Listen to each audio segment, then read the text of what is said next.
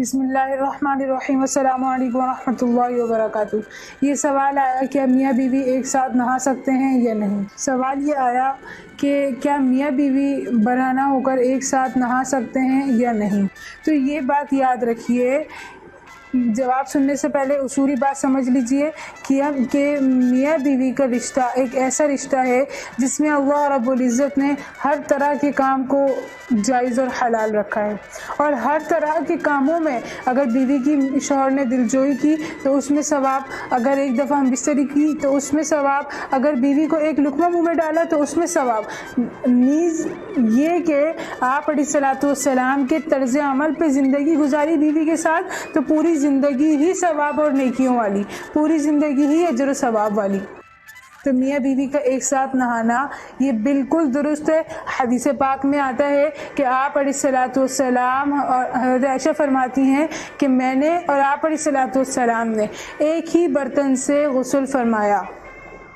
اگرچہ آپ علیہ الصلوۃ والسلام اور حضرت عائشہ کا غسل فرمانا یہ اتنے اندھیرے میں ہوتا تھا کہ دونوں کو ایک دوسرے کے بدن کا کوئی بھی حصہ نظر نہیں آتا تھا۔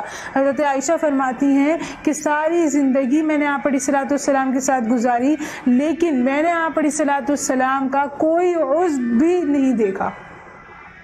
یہ بہت بڑی بات ہوتی ہے کہ میاں بیوی کا اس طور پر حیا والی زندگی گزارنا کہ کوئی عضو نہ دیکھ پائے۔ آج کل ہمارے یہاں کیا ہوتا ہے کہ کوئی پردہ ہی نہیں ہوتا، اگرچہ درست ہے، اگرچہ جائز ہے، لیکن پھر بھی اس کے باوجود بھی ہمیں حیا والی زندگیاں گزارنی چاہیے۔ ہمیں حد تک کوشش کرنی چاہیے، حتی الامکان کوشش کرنی چاہیے کہ ہم حیا والی زندگی گزاریں، نبی علیہ الصلوۃ والسلام کے اسوے پر زندگی گزاریں، آپ علیہ الصلوۃ والسلام کے طریقے پر زندگی گزاریں۔ حضرت عائشہ اور آپ علیہ الصلوۃ والسلام کی محبت مثالی محبت ہے، اس کے باوجود حضرت عائشہ فرماتی ہیں کہ میں نے ساری زندگی آپ علیہ الصلوۃ والسلام کا عضو نہیں دیکھا، آپ علیہ الصلوۃ والسلام کے جسم کا کوئی حصہ نہیں دیکھا۔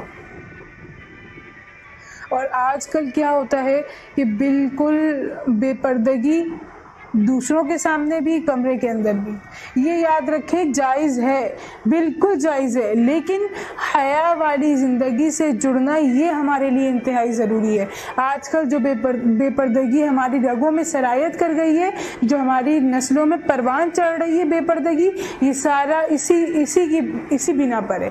علماء فرماتے ہیں کہ جو میاں بیوی جس حالت میں ہوتے ہیں ہم بستری کے وقت، اولاد میں اس کا سب سے زیادہ اثر ہوتا ہے، کیونکہ نہیں پتہ چلتا کس نطفے سے بچہ ٹھہرا ہے، اور اس وقت جو حالت، جو کیفیت ماں باپ کی ہوتی ہے بچے میں، وہی اگر ماں باپ کی حرکات نورانیت والی ہیں، نورانی ہیں، برکاتی ہیں، تو بچے میں وہی، بچے کے رگوں پہ میں وہی سرایت کرے۔